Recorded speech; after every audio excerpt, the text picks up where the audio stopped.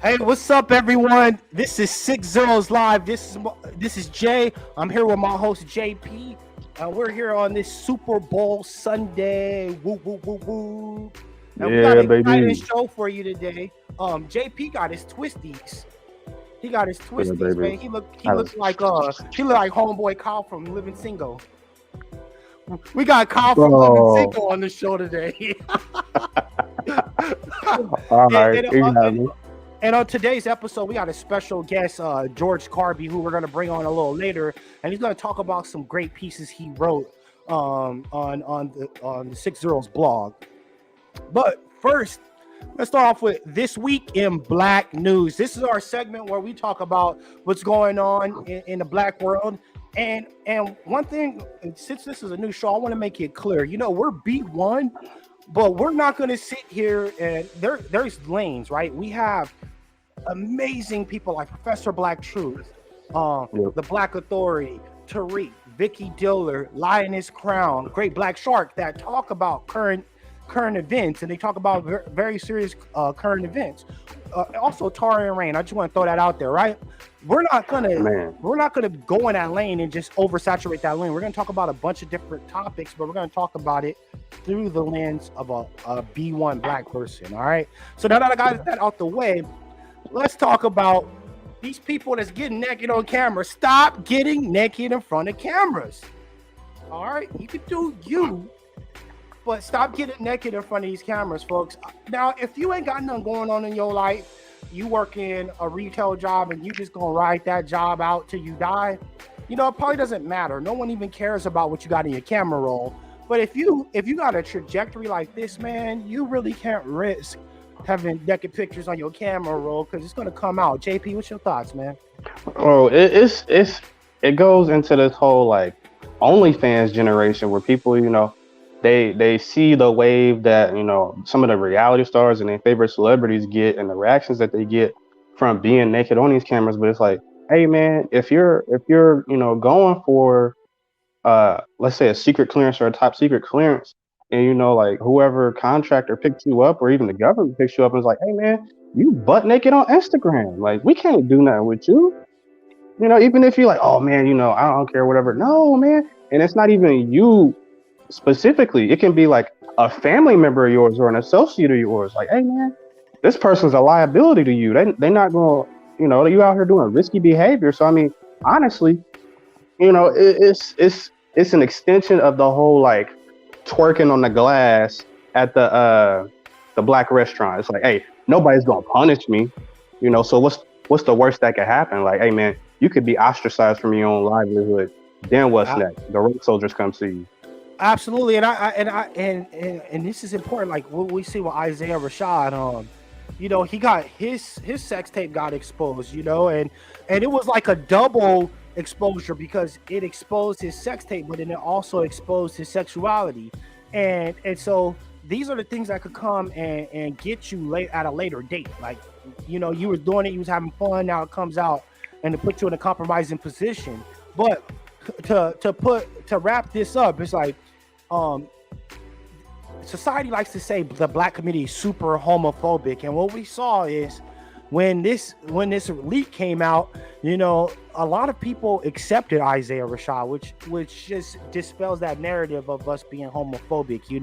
A lot of people said, hey, this is who he is, let's accept him, he still has good music, and I like that the community was able to show, like, hey, we're not these crazy beasts that society likes to make us out to be. And on top of that, we're not the ones that said gay people can't get married in the first place. So we know who the real homophobic people are, and they're the people that's trying to cast blame on us.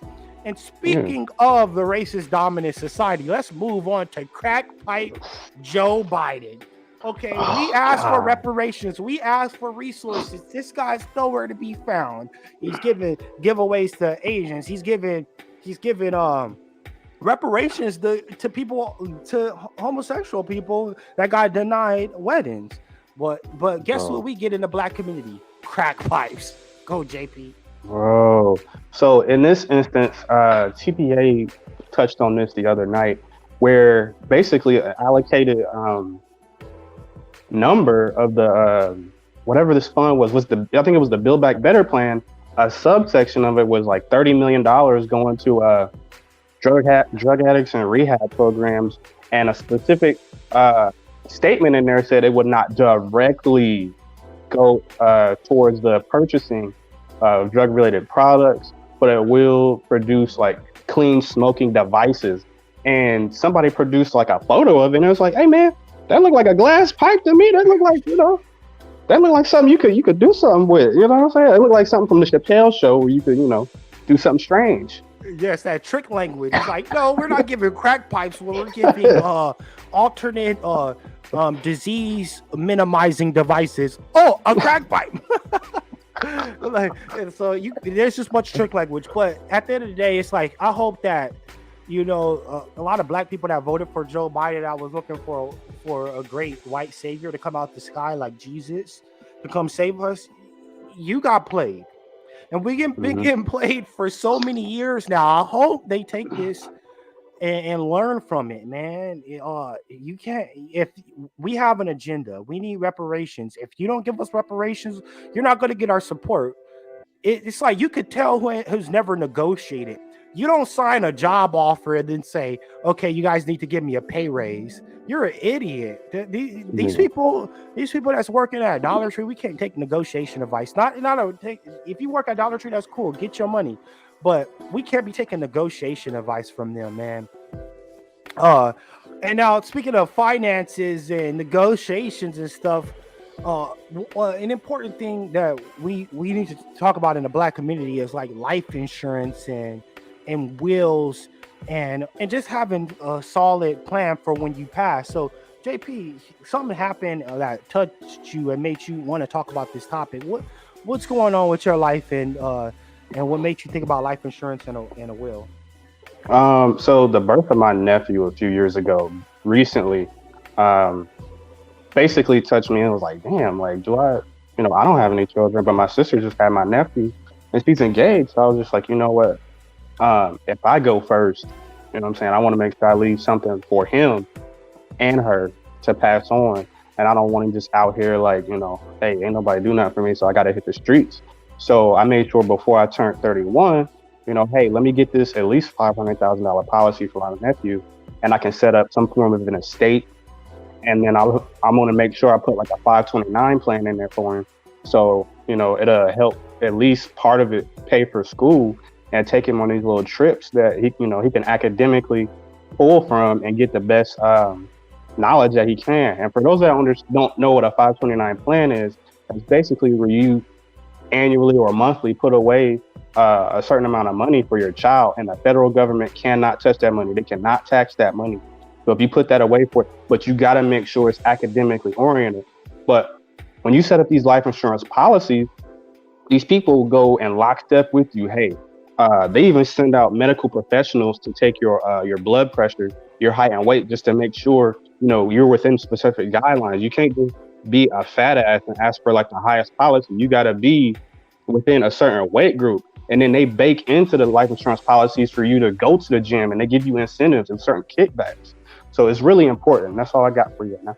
Yeah, that's an important point. You can't just wait forever. Like think about it. It's all money, right? So it's like if you're gonna die, the insurance company has to pay out. So they want to make sure you're gonna live as long as possible, so that they can collect as much money as possible and not have to pay out. You know what I'm saying? As a black dude, you already got to worry about the pork chops and the cops. You got the pork chops and the cops that's gonna get you. You know what I'm saying? So if you go in there, you got emphysema, you're like coughing, you 60 years old, they're like, oh, this dude gonna croak in the next 10 years. They're gonna make sure you paying $1,000. Just it's exaggeration. They're gonna make sure you paying $1,000 a month, because like we're gonna be paying his family out 10 years from now. So let's get as much money as we can, so they not tapping our pockets. So the healthier you are, the better it is for you when you go get life insurance. And then also, this is not the point. There's a lot of financial podcasts and resources you can look at, but there's whole life, there's term, there's a lot of different nuances in it, and make sure you do your research. Don't just go into a whole life policy because some somebody went and got in some MLM and they trying to talk you into getting a whole life policy. Like I don't buy like a whole life policy from someone that's 21. I'm like, you ain't never seen one of these mature before. You just Yeah, taking somebody's word for it. But correct. that goes into business, right? And as we had this black renaissance, there's something I really want black entrepreneurs, black proprietors to understand. You know, when understand that being black is not a value proposition. All right. It's not. All right. And what does that mean? What it means is that a lot of times when we create our businesses, man, we put too much importance on us being black, and we're like, you got to do business with me because I'm black. That's not value right there. Okay.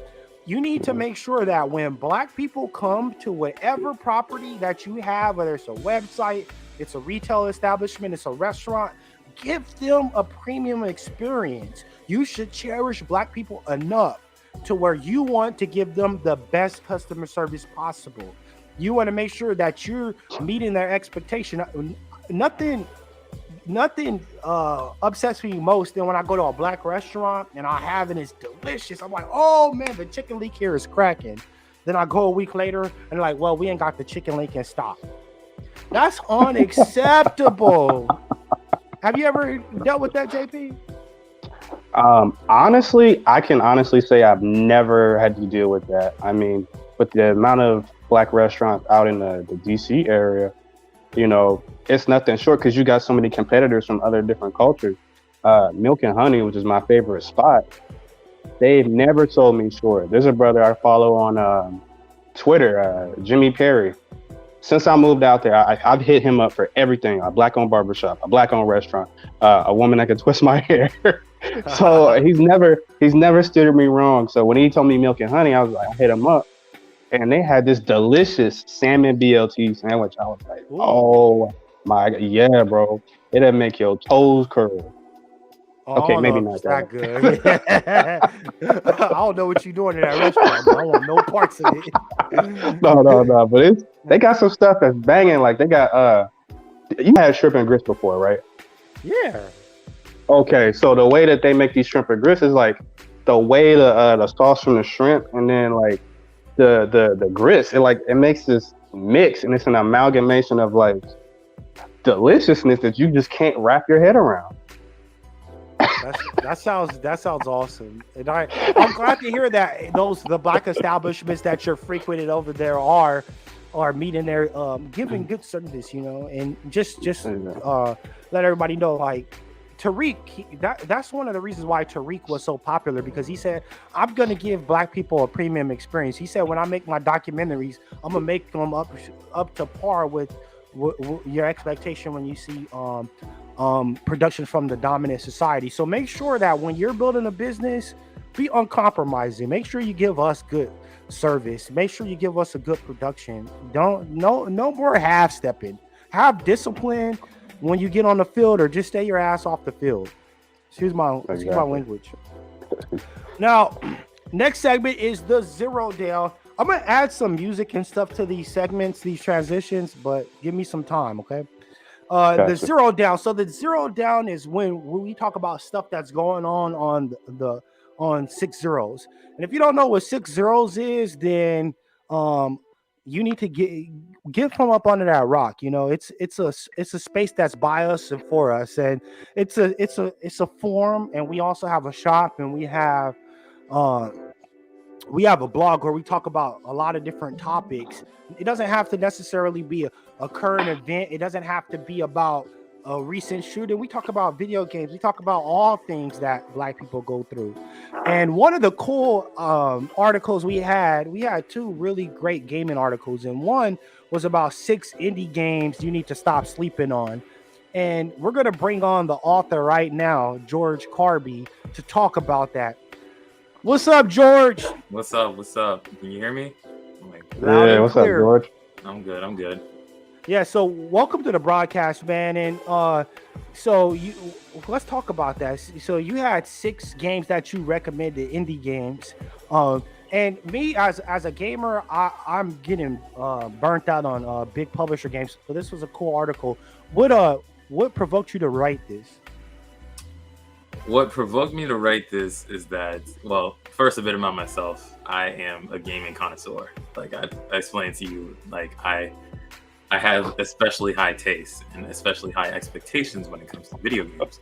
So I don't just recommend anything without it being verified.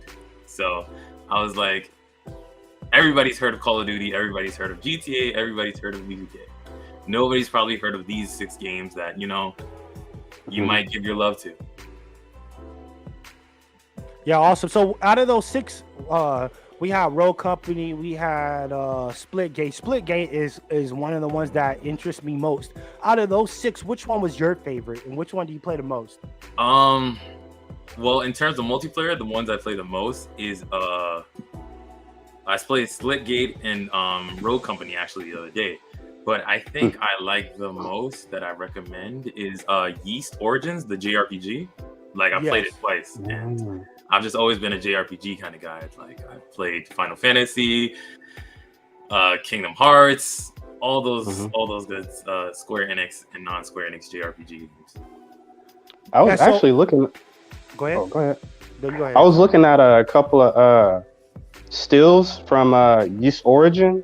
And I was like, man, this looks, it looks kind of like Final Fantasy to me. I was like, it was good that you pointed it out because I was like, these look kind of dope, man. I might go get a PS5 and go knock some of this stuff out, man, because it's kind of cool. Most of the games that I've recommended are on all like platforms, so you don't necessarily need to buy PS5. But I mean, hey, it's all up to you. He has Atari? Can he get it on that? Unfortunately, not. He stays sneak dissing me on my technology because I'm a green bubble nigga. Yeah, he got an Android phone, so he got one of them Safe Link Obama phones. You text it. Hey, it's on that point. On that point, man. When you get a woman's number, you know how you got to be persuasive. You got to talk them into it and stuff like that. When she give you the digits and you text her and it comes across as a green bubble, does that turn her off? Nah, it makes me feel like the Hawk because I'd be ready to smash. Oh, that's a nice one. See, it's actually a problem for him. That's why he had a comeback queued up. Bro. Yeah, that's his comeback. They be like, he a green bubble. You like, cause I'm the Hulk. And, all right, I see it. All right, so we had those 6 games, right? Moving from his green bubble struggle, we got these 6 games. And you had another great article on the site, and it's about the racism in the industry. I like how you framed this article up.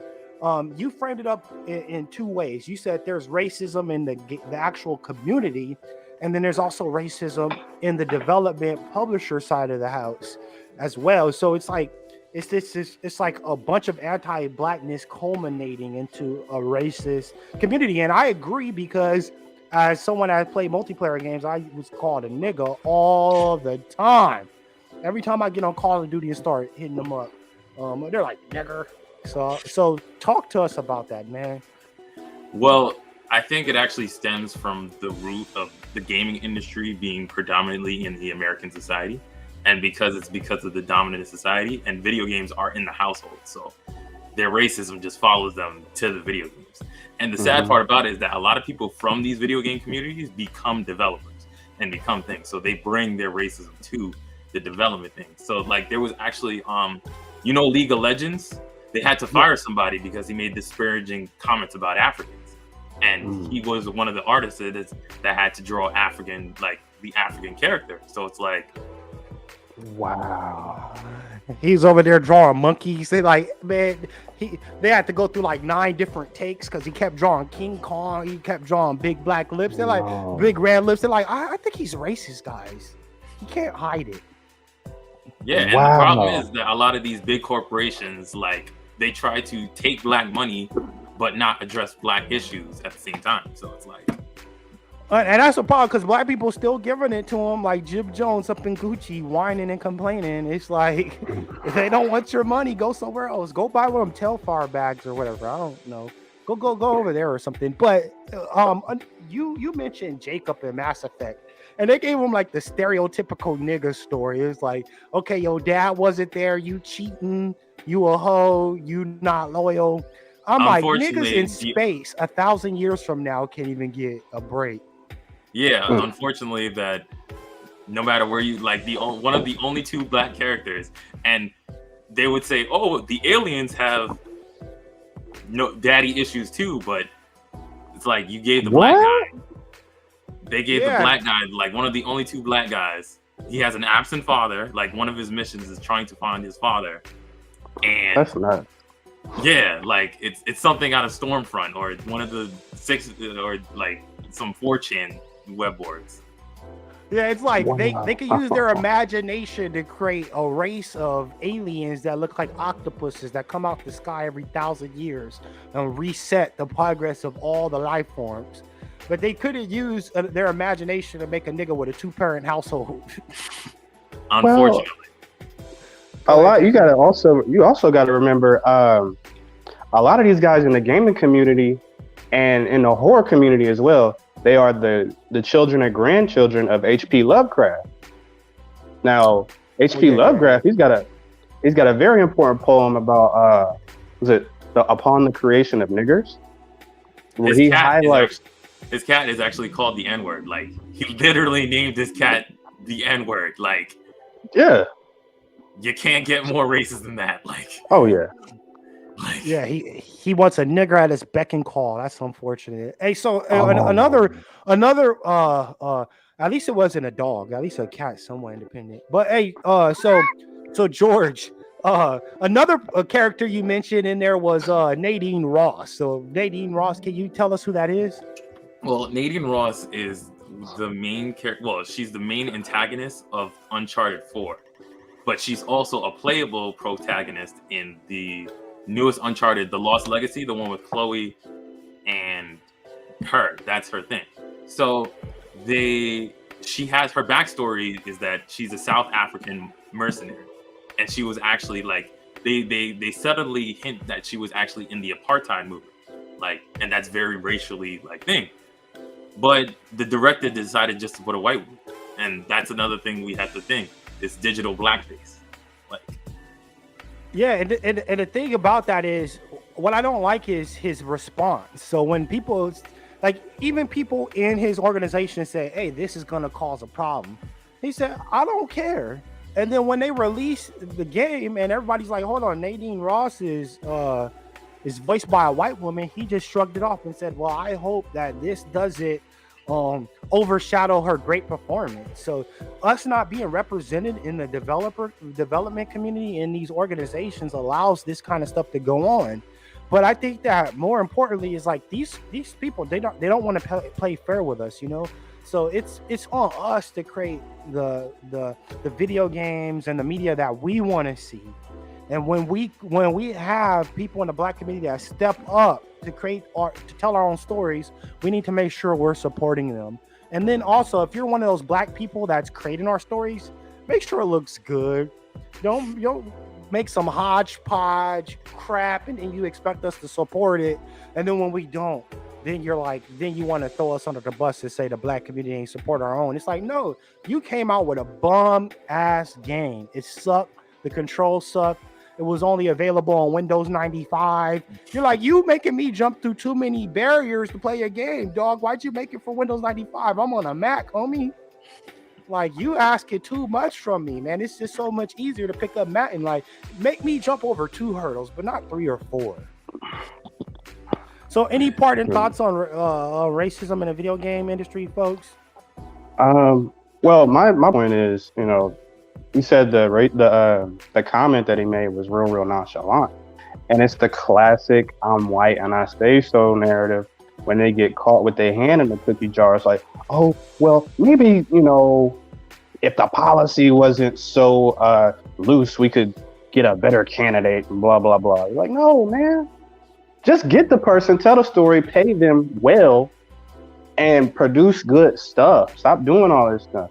And then on another note, there was, speaking of Black content, there's a game called Chirac, right? And it's, you know, it's owned by the rapper True Hunter. Mm-hmm. Well, the issue with it is that it resembles too much of Mafia Wars from these little online websites that look like Farmville. And the other issue is the developer's a white guy. So, you got a black guy that owns the product, but he hires somebody from outside the family to develop it for him. So, I mean, that's a big L for me right now. Like, they got to do better. I respect that it's a black owned product, but produce it and have a better story than just rob the spot, go to jail, own a trap house, like have something better.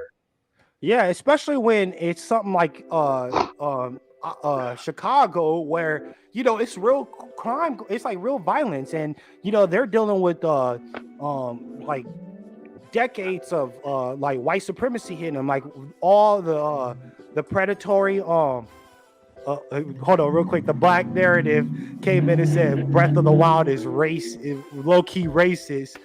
What? That's the best game ever made. How's it racist, bruh? Let's see what he says in the comment. He might have to hop on the stream with that comment. But it goes like Chicago. There was all these home loans. Like they were giving all these bad loans. Like basically the Fair Housing Act. They said we're not giving loans to niggas at all, right? So black people, if they wanted to get a home loan, they had to go to these alternative sources that were just screwing them over. So it bled billions of dollars of wealth out of our communities, and we're seeing the results of that. You know what I'm saying? The results of that, and that's what's causing that crime. We basically have wealth extracted out of our communities so to make a game and to kind of glorify that, that's kind of like, we can make other stories that's not pushing stereotypes. And I'm not dissing the brother, but that game, when I saw it, I'm like, it's cool, it's a cool effort, but let's try a little harder. So okay, so the black narrative says the strong black woman tribe doesn't allow men. So he's talking about the Gerudos, I believe. They had a female only tribe, and that's where Ganon supposedly came from. He was in the tribe, and he was being oppressed, and he became a menace that's been terrorizing the Hyruleans for like 30 years. I could go all day about Breath of the Wild. That's my favorite game. Hey, Black Narrative, if you want to hop on and have a debate, you can do that right now. Just hit me in the comments. Let me know you want to hop on. I'll give you the link. Well, I was thinking about Resident Evil 5, where if you guys never played that game, it's like literally the most racist Resident Evil. Like they literally go to Africa.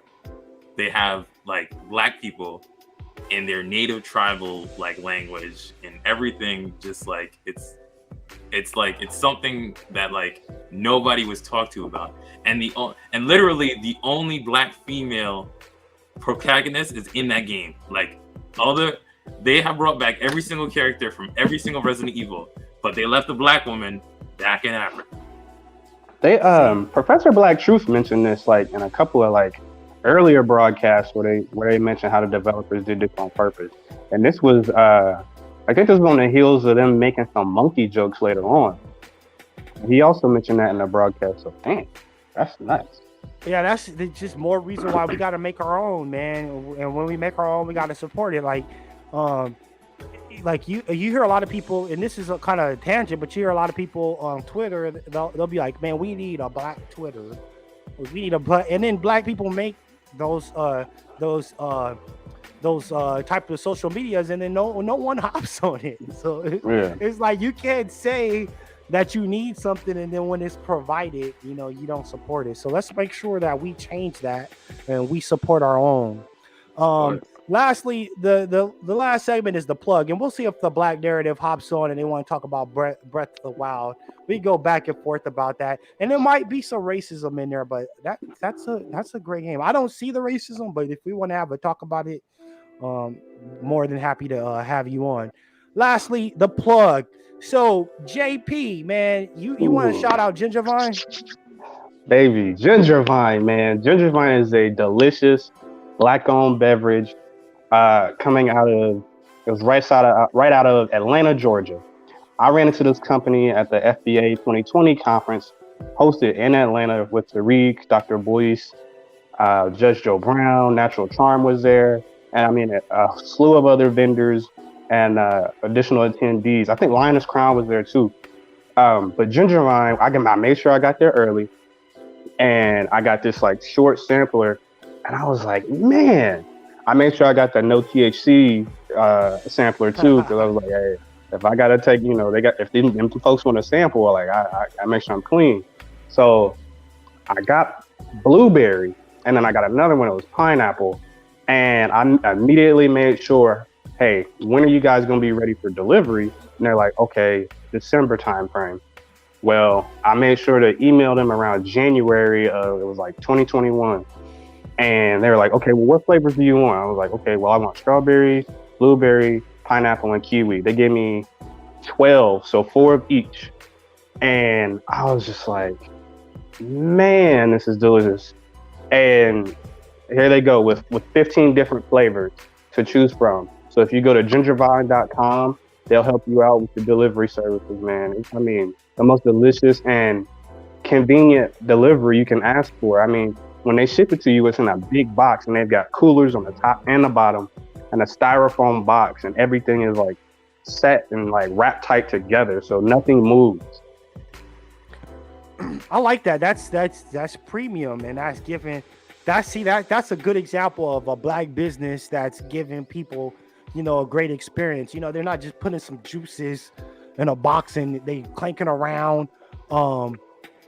It's clanking around. The black narrative is gonna hop on. Let me send that link. Let me shoot you the link, Black Narrative. We gonna talk about some Breath of the Wild right now. Yeah, but that's good. Shout out to Gingervine for creating some delicious juices. I'll send you the invoice today. That was a joke. Yeah, no, that's cool that you went. Did you have those cookies that everybody was talking about? Those cookies and cakes that lady was baking at the conference? So it was at the at the halfway mark. I think it was just before they brought out Just Joe Brown. And Tariq had mentioned, Tariq, when he mentioned something, stuff sells like wildfire or whatever. So he was like, man, this sister's cookies were delicious. Well, they sold out, and they've been on back order for several months. And they just now got back in stock, but they sold out again because everybody's like, hey, man, I want those cookies. I'm like, man, I might not get a cookie for the next 2 years because everybody keeps ordering them. Damn, that's awesome. See, and those are good issues to have, because if you have an issue where you can't keep the stock in, then you like, okay, I need to change my production, or I need to expand my production, because we're bringing that revenue's coming in, and so they can make those adjustments. Let me make sure. Let me hit the Black Narrative up. This is good trouble. Yeah, I know. I'm looking forward to this, man. I'm a staunch, like, my 2 cents is Breath of the Wild is the best sandbox game that's ever made. Like GTA, like everybody likes GTA. That game's trash, man. Same with Red Dead Redemption or whatever. That game's so boring. Like, how many times I gotta watch you? Like, it's not more realistic just because I have to watch you skin dang animal. All right, so we got the Black Narrative here. What's up, brother? What's up, man? Going on with you, bro? Hold on. Great, man. It's good to have you on the stream, man. And it sucks that the first time you're hopping on the stream, you got to diss one of the best sandbox games to ever be made. Better than GTA 5, better than Red Dead, all the Red Dead Redemption game, better than Watch Dogs. So let's hear you the slander and libel right now. I'm gonna take my case. Man. I have a real good argument too. And all right, don't get me wrong, Breath of the Wild is my favorite game of all time. Like but I'm just keeping it 100. Okay. Let me get the audio going through my headphones real quick. Hey, just because you say that now, you're still in the you're still in the doghouse, man. All right. Lord.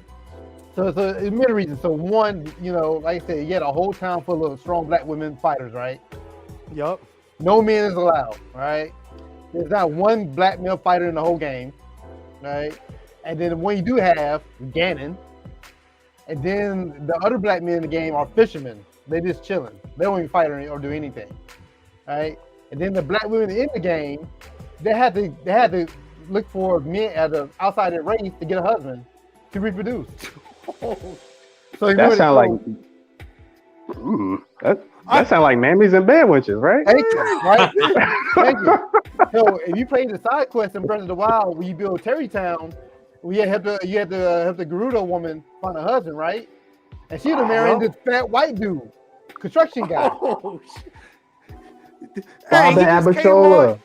Hey, he just came on and made Breath of the Wild like it's a microcosm of the black community.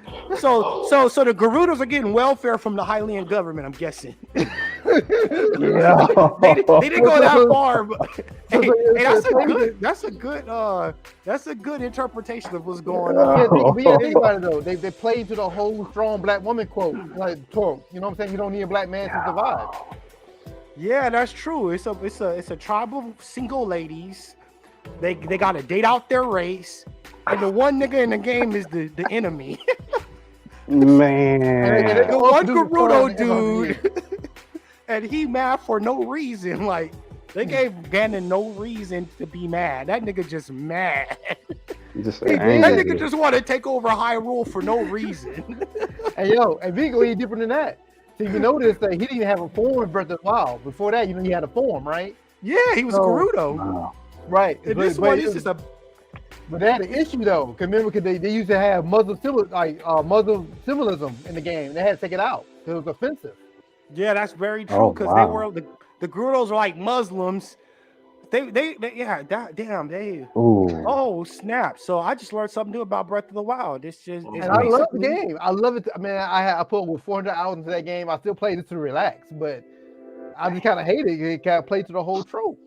Oh, I'm not watching your show no more, your broadcast, because you just ruined one of my favorite games. This nigga come over here and just change my whole world. I'm like, I don't even know if I want to play part 2 now. I'm like, it's all right. The sequel will be better. Relax. Yeah, and I'm hoping because I do believe the sequel will be out before the end of the year. I think they hold on to E3, you know.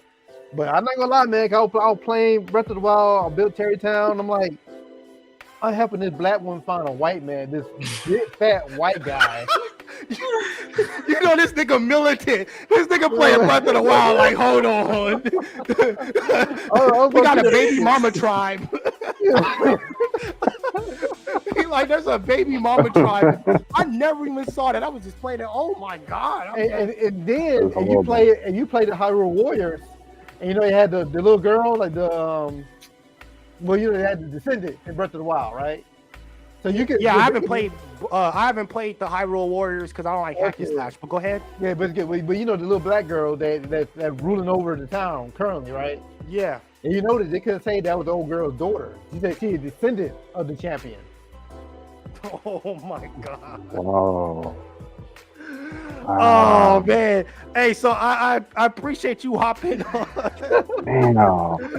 Yeah, hey, that was a great take. I now gotta play it again. Yeah, I'm like, yo, they got the baby mama tribe. I gotta call all my homies up and say, hey man, did you know they got baby mamas in Breath of the Wild?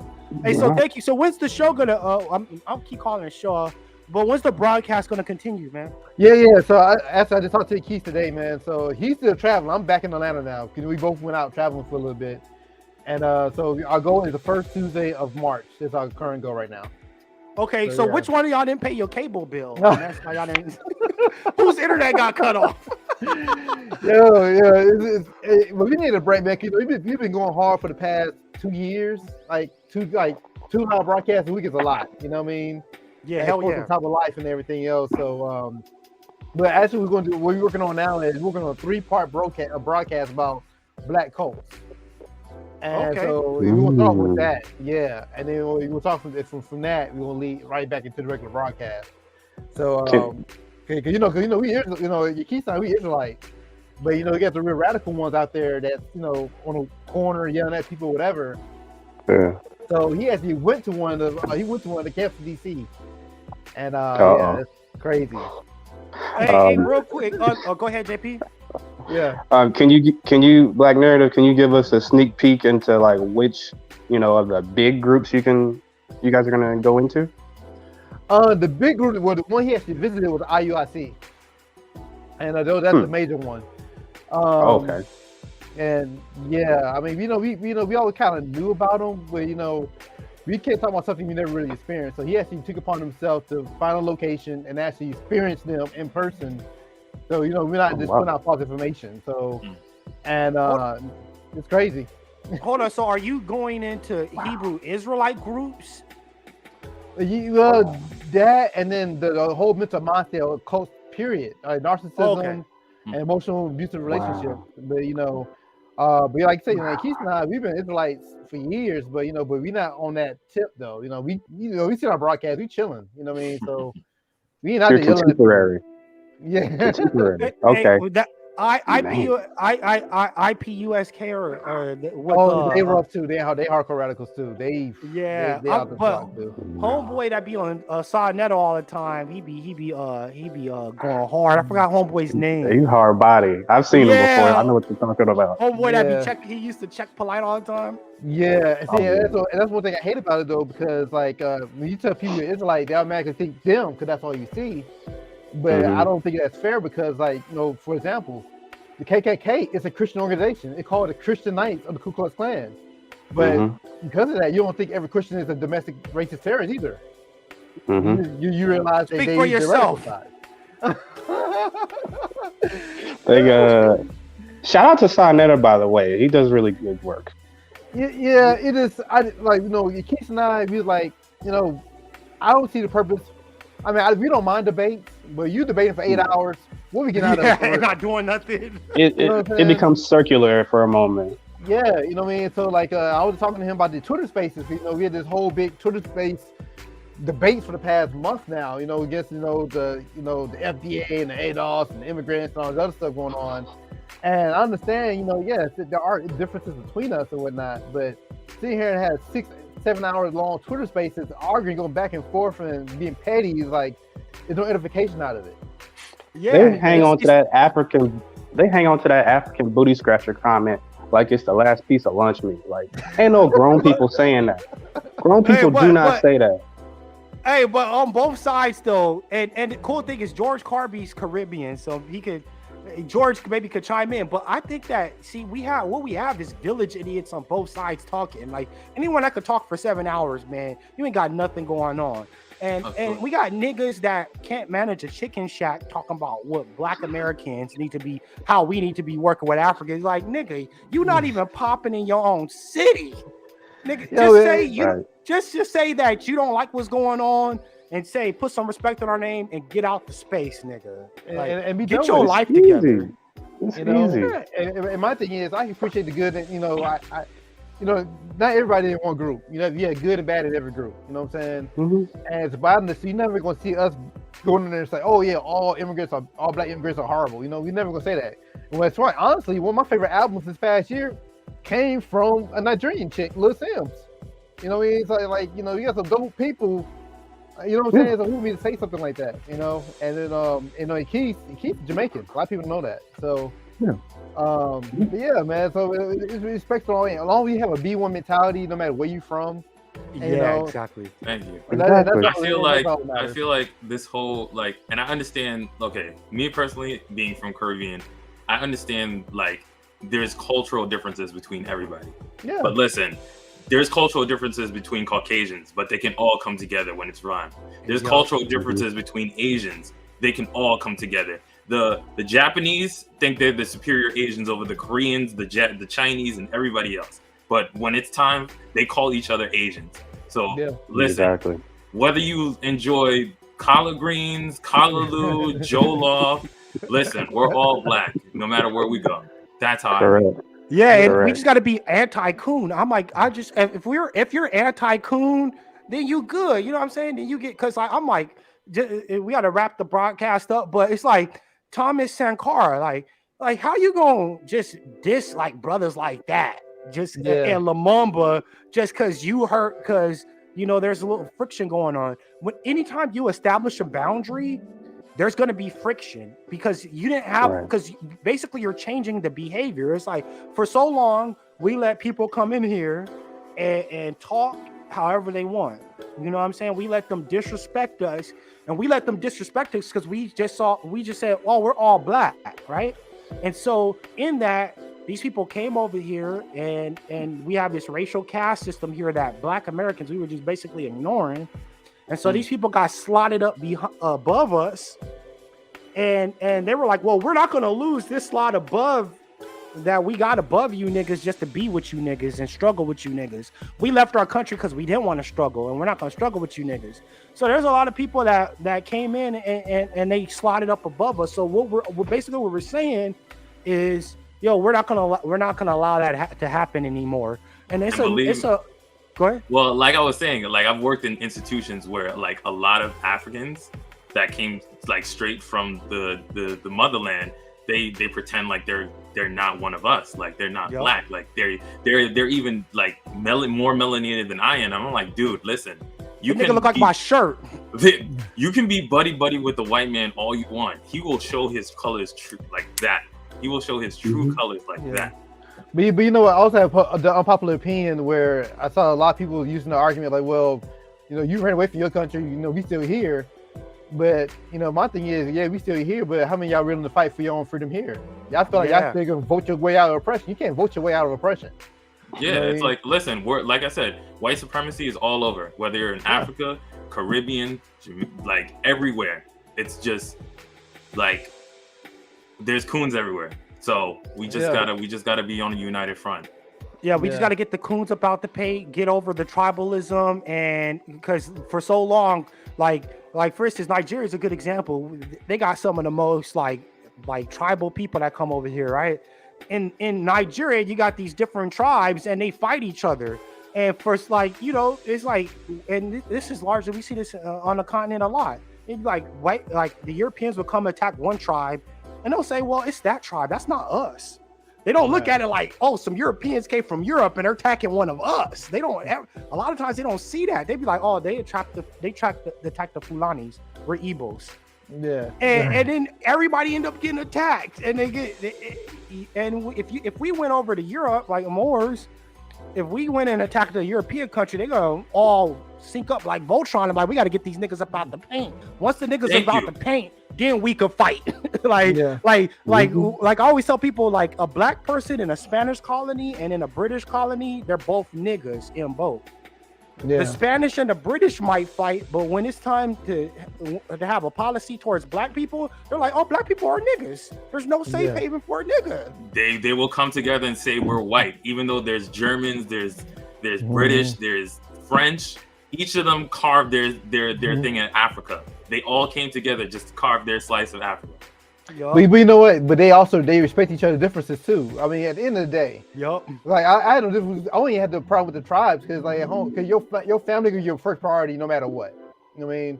So all the white people will come together, but at the same time they can recognize, well, he's German, he's Irish.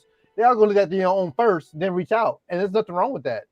You know, because at the end of the day, it's self-preservation. I am gonna look at for my family first, but I also willing to reach out to everybody else who look like me as well. You know what I mean? But to sit here to like, you know, you would down me for looking after my own. No, that's normal. We should. You know? Unfortunately, I think a lot of Black people still have that slave mentality where it's like we want to feel a part of the dominant society, like because slavery first, before they got to our bodies, they got to our minds. So it was like there's a lot of psychological slavery that Black people all over the world have to get over. Well, as long as we still trying to live with our enemy, they're gonna be a problem. You know, and here's another hot take. And Keith and I will get into it. We talked about it before. We're gonna get into more a little bit later. We believe in reparations. We believe in that check. But what I don't believe in, you're not gonna get that reparation and still be here with the enemy.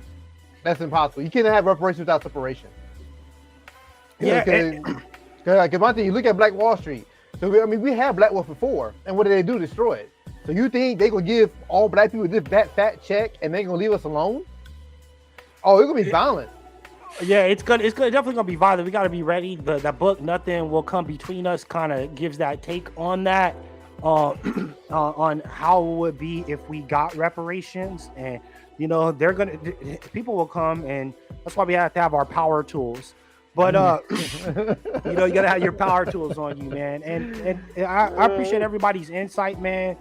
Let's keep it B1, anti-coon, and let's just realize that we all have the same thing in common. We have the same oppressor, we have the same fight, We need to come together and not let this tribalism keep us. The tribalism got us in this situation in the first place. Let's not keep that crap going on. Let's understand that we have a common goal, we have a common enemy, and we need to work together. And parting thoughts, my FBA brothers or my Black American brothers, whatever, there's like 10,000 names for them now. Indigenous Black Indians of United States. Like, niggas just coming up with names every day. and I would get into any of that, man, because you start putting a label on that stuff, man, that's how you caught up in these holes. You know what I mean? Yeah. The whole ADOS, FBI, FBA movement. I'm like, it's just niggas want to fight. They created more tribes. So my Black American brothers, remember that we have coons in our own circle. Don't act like a Larry Elder is a better coon than Lovey because he's Black American. Like anyone that's sabotaging us or us as Black people, they got to get up out the paint. I don't care where they from. I'll take a rider from Cameroon any day over Larry Elder. Larry Elder is despicable. So remember that when you're in these spaces, Black America, don't paint everybody with a broad brush. Don't paint all Caribbeans with a broad brush. Don't paint all Africans. We had Stokely Carmichael. Stokely Carmichael was from Trinidad and Tobago. All right. We have Marcus Garvey. We have so many riders all across the world, and they're having the same problems. Dealing with the same coons. So understand what the real problem is and work towards the real problem. And if you can't run a chicken shack, shut your ass up, figure out how to run a chicken shack in your own hood before you talk about what Africans need to do. Y'all niggas ain't mining your dime. You ain't mining your diamond mines. Like, nigga, you don't own a liquor store.